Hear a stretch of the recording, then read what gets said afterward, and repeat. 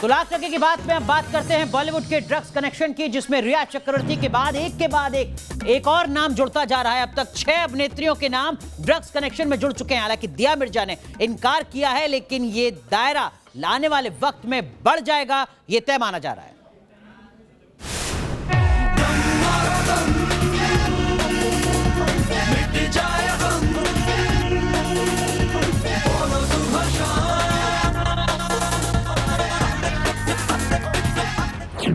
बॉलीवुड में दम मारो दम के कितने दीवाने, ड्रग के डर्टी वर्ड के कितने चेहरे होंगे बेनकाब। सारा अली खान, श्रद्धा, रकुल प्रीत, दीपिका, दिया मिर्जा, नम्रता शिरोडकर, जैसे जैसे एनसीबी की जांच आगे बढ़ रही है, बदनामी के छींटों से बॉलीवुड की मशहूर हस्तियों का दामन दागदार हो रहा है। माल है क्या?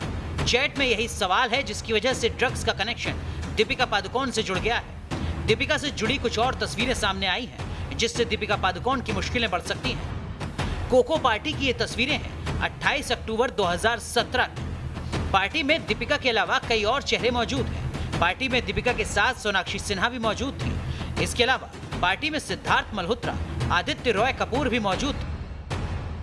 मुंबई के कोको रेस्टोरेंट में ये पार्टी दी गई थी। दीपिका सवालों के घेरे में, ट्वीट के जरिए उन पर सवाल उठाए जा रहे हैं। ड्रग्स के खिलाफ आवाज उठाने वाली कंगना रनौत ने दीपिका पर करारा वार किया है। दीपिका पर एनसीबी भी शिकंजा कसने की तैयारी करती दिख रही है। सूत्रों के मुताबिक एक्ट्रेस दीपिका के खिलाफ एनसीबी के पास पुख्ता सबूत है। ड्रग्स मामले के ताजा खुलासे में दीपिका के अलावा दिया मिर्जा और नम्रता शिरोडकर का भी नाम सामने आ रहा है। ड्रग पेडलर अनुज केसवानी ने दिया मिर्जा का नाम लिया है। खबरों के मुताबिक केसवानी का कहना है कि दिया की मैनेजर ड्रग्स खरीदती थी। पूरे मामले में अभिनेत्री नम्रता शिरोडकर पर भी सवाल उठाए जा रहे हैं। ड्रग्स कनेक्शन के लगातार होते खुलासे की वजह से बॉलीवुड में जैसे भूकंप आ गया है। अभिनेत्री रवीना टंडन ने ट्वीट कर कहा है, समय आ गया है सफाई करने का, बहुत शुक्रिया। युवा और आने वाले युवाओं को मदद मिलेगी। यहाँ से शुरू करें पक्का और फिर सभी सेक्टर्स की जांच करें। इसे जड़ से उखाड़ कर खत्म कर दें। यूजर्स, डीलर्स और सप्लायर्स सभी को सजा दें। उन बड़े लोगों को भी सबक सिखाएं जो आंखें बंद कर लोगों को बर्बाद कर रहे हैं। जो खबरें सामने आ रही हैं, उससे साफ है कि बॉलीवुड की ग्लैमरस दुनिया में ड्रग्स की जड़ें काफी गहरी हैं। बॉलीवुड के गटर को साफ करने की मांग की जा रही है। News nation. और अब बात पाकिस्तान की दहशतगर्दी की साजिश की करते हैं। पाकिस्तान दहशतगर्दी का पनाहगाह है। दुनिया इस बात को कबूल रही है। अमेरिका की तरफ से पाकिस्तान को सख्त संदेश दिया गया है। कश्मीर घाटी में भी दहशतगर्दी को मुंहतोड़ जवाब दिया जा रहा है।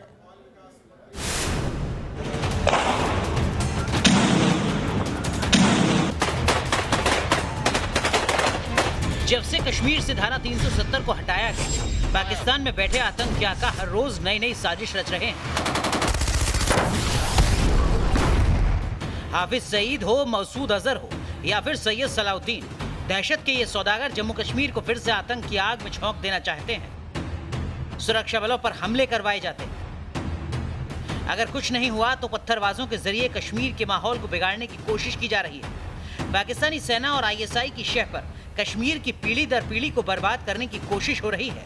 कश्मीर में आतंकवाद के जहर ने एक पूरी कौम यानी कश्मीरी पंडितों को बेघर कर दिया।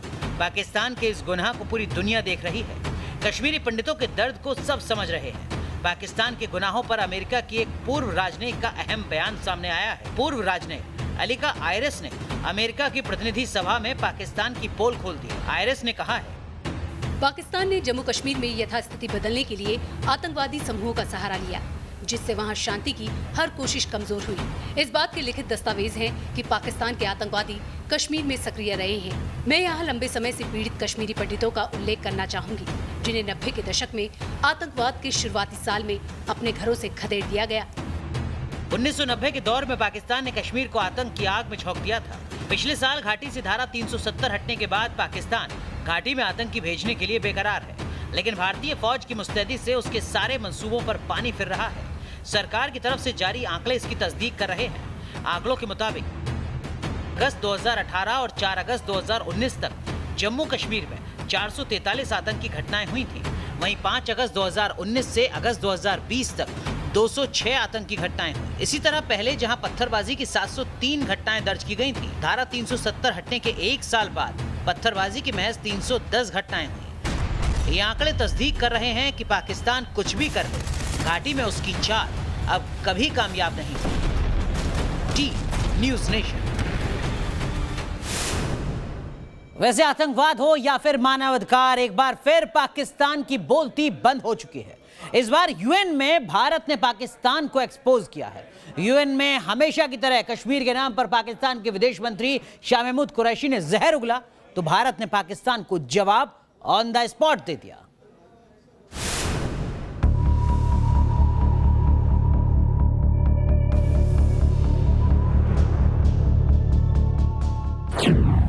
यूएन में पाकिस्तान की बोलती बंद।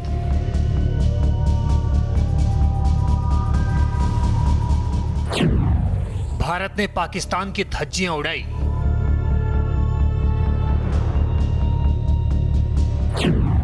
यूएन में इमरान का नया पाकिस्तान एक्सपोज्ड। यूएन में पाकिस्तान को हिंदुस्तान ने बुरी तरह धो डाला। संयुक्त राष्ट्र में पाकिस्तान की धज्जियां उड़ गई। मौका था संयुक्त राष्ट्र मानवाधिकार परिषद के 45वें सेशन का, जिसमें भारत ने आतंकवाद और मानवाधिकार की बदतर हालत पर इमरान के नए पाकिस्तान को एक्सपोज कर दिया। What we heard today is the never-ending fabricated narrative presented by the Pakistani representative about the internal affairs of India. We reject the malicious reference made to the Union Territory of Jammu and Kashmir. दरअसल अपनी आदतों से मजबूर पाकिस्तान ने एक बार फिर UN में कश्मीर का राग अलापा। पाकिस्तान के विदेश मंत्री शाह महमूद कुरैशी ने मानवाधिकार पर घड़ियाली आंसू बहाए, लेकिन जल्द ही भारत की तरफ से पाकिस्तान के विदेश मंत्री को मुंह तोड़ जवाब मिल गया। सिर्फ आतंकवाद ही नहीं, मानवाधिकार पर भी भारत ने पाकिस्तान को आईना दिखाया। भारत पर ह्यूमन राइट्स उल्लंघन का आरोप मढ़ने वाले पाकिस्तान को इस मामले में भी मुंह की खानी पड़ी। यूएन में भारत के प्रथम सचिव सेंथिल कुमार ने कहा है कि मानवाधिकार पर वो पाकिस्तान ज्ञान दे रहा है, जिसके यहाँ अल्पसंख्यक सुरक्षित नहीं। मानवाधिकार के लिए लड़ने वालों को डराया धमकाया जाता है, गुप्त रूप से हिरासत में लेकर यातनाएं दी जाती हैं, लोगों को चुप कराने के लिए गायब तक किया जाता है। It will be better for Pakistan to set its own house in order before it speaks about others. Mr. Vice President, just 12 days ago, the OHCHR in its press briefing expressed serious concern about the numerous instances of incitement to violence, online and offline, against journalists and human rights defenders in Pakistan, in particular against women and minorities. ये वो पाकिस्तान है जहां हिंदू सिख बहु बेटियां सुरक्षित नहीं। हाल ही में पाकिस्तान के पंजाब प्रांत में 22 साल की सिख लड़की का अपहरण किया गया। जबरन धर्म परिवर्तन कराकर मुस्लिम युवक से शादी करा दी गई। पिता पुलिस के चक्कर लगाते रहे और पुलिस घुमाती रही। ऐसे में दुनिया में मानवाधिकार का झंडोरा पीटने वाले पाकिस्तान का झूठ आखिर सुने तो कौन सुने। Team news nation. कश्मीर में खून खराबा और कत्लेआम के लिए पाकिस्तान लगातार साजिशें रच रहा है। कभी वो सुरंग बनाकर आतंकी घुसपैठ की साजिश रचता है, तो कभी सरहद पर गोलीबारी करके आतंकियों को कवर फायर देता है। और अब पाकिस्तान ने ड्रोन के जरिए आतंकियों तक हथियार पहुंचाने का जाल बुना है।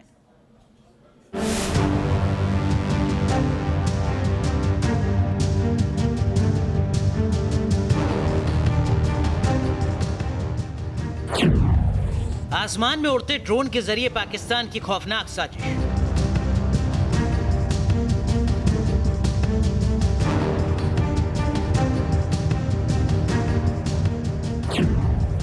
ड्रोन को हथियार बनाकर पाकिस्तान ने बुना जाल।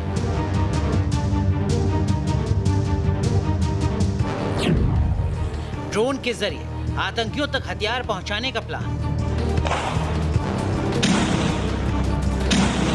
कश्मीर घाटी में भारतीय सुरक्षा बल एक एक आतंकी का सफाया कर रहे हैं। पाकिस्तान के कई आतंकी मोहरे मारे जा चुके हैं।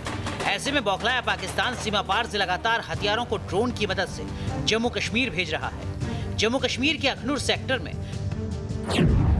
AK-47 पिस्टल और मैगजीन बरामद की गई हैं। ये हथियार पाकिस्तान ने ड्रोन के जरिए ड्रॉप किए थे। पाकिस्तान की इस साजिश का खुलासा होने पर पुलिस अब पाकिस्तान की उन मोहरों का पता लगाने में जुटी है जिनके पास ये हथियार पहुंचाए जाने थे। आपको बता दें कि जिस तरह से भारतीय सुरक्षा बलों ने सरहद से लेकर कश्मीर के मोर्चे तक चौकसी बढ़ाई है, इससे आतंकियों तक हथियार पहुंचाना मुश्किल हो गया है। आतंकी संगठन लश्कर-ए-तैयबा और हिजबुल मुजाहिदीन के पास हथियारों की भारी किल्लत है। इसीलिए पाकिस्तान ड्रोन के जरिए हथियार भेजने की साजिश रच रहा है। दूसरी तरफ कश्मीर घाटी में भारतीय सुरक्षा बल आतंकियों का सफाया करने में लगे हैं। बड़गांव एनकाउंटर में एक आतंकी को ढेर कर दिया गया और बाकी आतंकियों की तलाश में सर्च ऑपरेशन शुरू किया गया। Team news nation.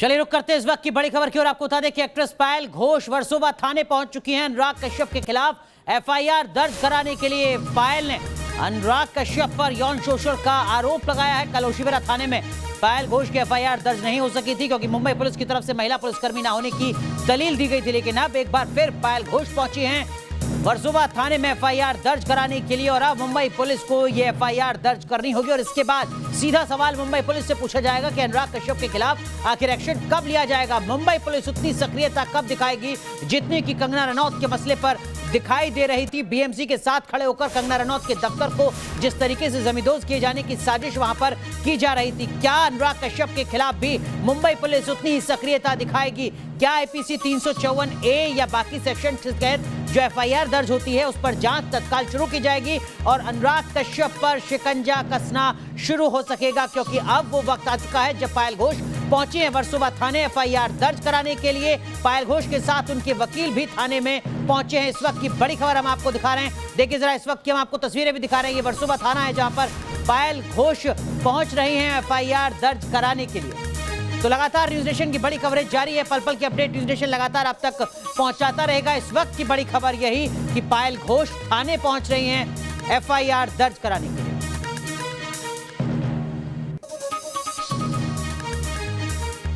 तो इस बड़ी खबर से जुड़ी हर अपडेट न्यूज नेशन आप तक पहुंचाता रहेगा। लेकिन अब बात करते हैं भगवान जगन्नाथ की, जिनका जयकारा अब लंदन में भी सुनाई देगा। जी हां, 40 करोड़ रुपए की लागत से भगवान जगन्नाथ का मंदिर बन रहा है लंदन में। और तैयारियां किस तरीके की हैं देखिए जरा।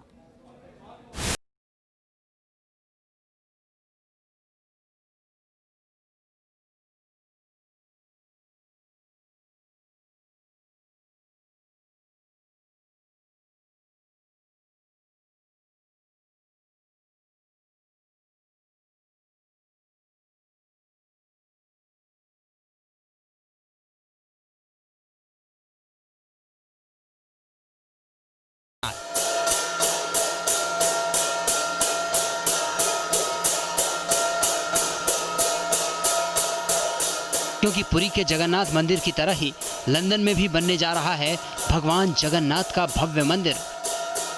ये मंदिर करीब 40 करोड़ की लागत से बनेगा और इसके लिए ग्रेटर लंदन में जमीन तलाशने का काम भी तेज हो गया है। मंदिर का डिजाइन पुरी मंदिर की तरह ही होगा। ओडिया सोसाइटी ऑफ यूके ने हाल ही में एक समारोह में इसका फैसला किया है। सोसाइटी की योजना है कि 2024 तक पुरी जैसा भव्य जगन्नाथ मंदिर लंदन में बनकर तैयार हो जाए। सोसाइटी सदस्यों ने शुरुआती खर्चों के लिए ब्रिटेन में रह रहे लोगों को जोड़ा भी है और कोशिश की जा रही है कि मंदिर निर्माण ट्रस्ट में पूरी दुनिया के ओडिया लोग और भगवान जगन्नाथ के भक्त शामिल हों। बता दें कि ब्रिटेन दुनिया के उन देशों में शामिल है जहां भारत के बाद सबसे ज्यादा हिंदू मंदिर हैं। ब्रिटेन में करीब 210 हिंदू मंदिर हैं और ग्रेटर लंदन में जहां जगन्नाथ का मंदिर बनाने का प्रस्ताव है वहां भी करीब 35 मंदिर हैं। लंदन में हर साल जगन्नाथ की यात्रा भी निकाली जाती है। कमी थी तो बस पुरी जैसे भव्य मंदिर की, जिसे पूरा करने के लिए यूके की सोसाइटी एक्शन में है। उनकी कोशिश है कि लंदन के जगन्नाथ धाम को सिर्फ मंदिर की तरह नहीं, ओडिया सभ्यता के केंद्र की तरह तैयार किया जाए। Team news nation. और अब बात किसान बिल की, जिसे लेकर संसद से लेकर सड़क तक हंगामा और ड्रामा जारी रहा। निलंबित सांसदों को मनाने के लिए उपसभापति खुद चाय लेकर पहुंचे तो थोड़ी देर के बाद सांसदों ने धरना तो खत्म कर दिया, लेकिन चाय नहीं, न्याय चाहिए, इस बात के साथ सदन के बायकॉट पर अड़े रहे।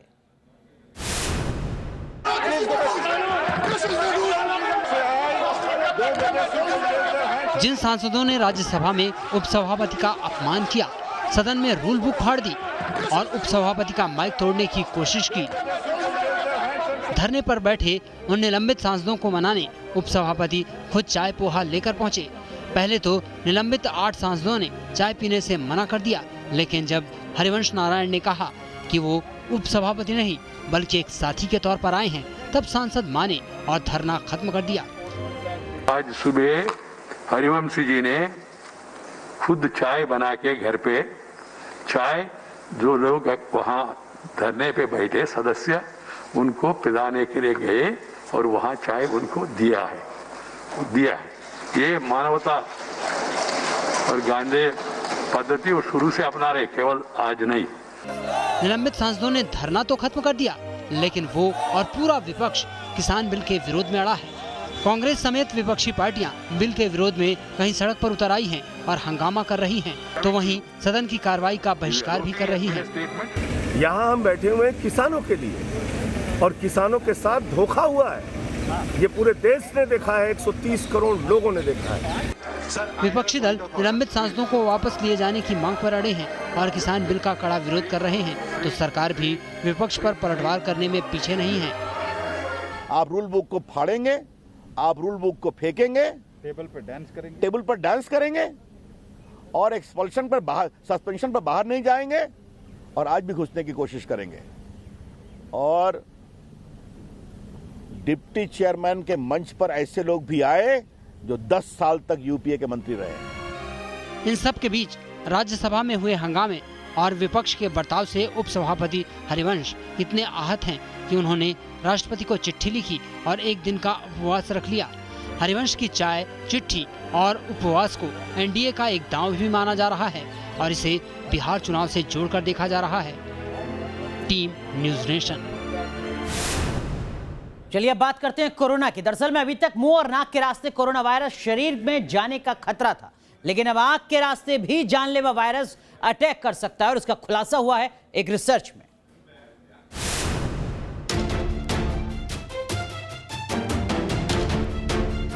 कोरोना वायरस को लेकर नए दावे ने बढ़ाई टेंशन। जानलेवा वायरस की नई रिसर्च में खुलासा, आंख के रास्ते कोरोना कर सकता है अटैक। चीन की शुझाऊ झेंगडू हॉस्पिटल की रिसर्च में चौंकाने वाला दावा किया गया है, जिसके मुताबिक कोरोना को शरीर में पहुंचने के लिए आंख एक अहम रास्ता है। नाक और आंख में एक ही तरह की मेम्ब्रेन लाइनिंग होने की वजह से कोरोना की एंट्री का खतरा रहता है। ऐसे में अगर कोरोना दोनों में से किसी भी हिस्से की म्यूकस मेम्ब्रेन तक पहुंचता है तो ये आसानी से संक्रमित कर सकता है। इसलिए आंखों में कोरोना का संक्रमण होने पर कंजक्टिवाइटिस जैसे लक्षण दिखते हैं। शोध में सामने आया है कि जिन लोगों ने चश्मा नहीं लगाया उन्हें कोरोना के संक्रमण का ज्यादा खतरा होता है। अगर आप चश्मा पहनते हैं तो ये बैरियर की तरह काम करता है और संक्रमित ड्रॉपलेट्स को आंखों में पहुंचने से रोकता है।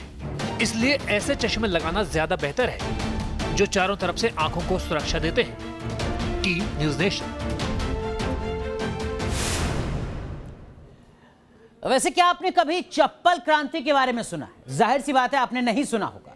चलिए हम आपको एक मुल्क की तस्वीर दिखाते हैं जहां पर विरोध के नाम पर चप्पल क्रांति हो रही है।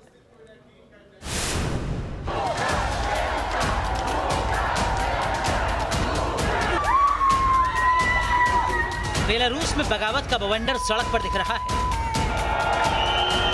बेलारूस में लुकाशेंको के खिलाफ आवाम का गुस्सा भड़क रहा है। बेलारूस में तानाशाही के खिलाफ लोकतंत्र का प्रतीक बनकर जनता ने संग्राम छेड़ रखा है। बेलारूस में जनता आर पार के लिए सड़क पर उतर चुकी है। तानाशाह लुकाशेंको के खिलाफ आवाम करो या मरो के नारे के साथ अपनी आवाज को बुलंद कर रही है। लाखों की तादाद में लोग राजधानी मिन्स्क में तानाशाह को गद्दी से उखाड़ फेंकने के लिए प्रदर्शन कर रहे हैं। ये प्रदर्शन अब राष्ट्रपति लुकाशेंको के खिलाफ चप्पल क्रांति बन गई है। हाथ में चप्पल लेकर लोग लुकाशेंको को मार भगाने के लिए हुंकार भर रहे हैं। लुकाशेंको पिछले 26 साल से बेलारूस की सत्ता पर काबिज है। पिछले चुनाव में उन्हें 80% वोट मिलने का दावा किया गया और उनकी प्रतिद्वंदी स्वेतलाना को देश छोड़कर जाना पड़ा। इसके बाद से 95 लाख की आबादी वाले देश में जोरदार प्रदर्शनों का दौर जारी है। प्रदर्शनकारी राष्ट्रपति के इस्तीफे और फिर से चुनाव कराए जाने की मांग कर रहे हैं। Team news nation.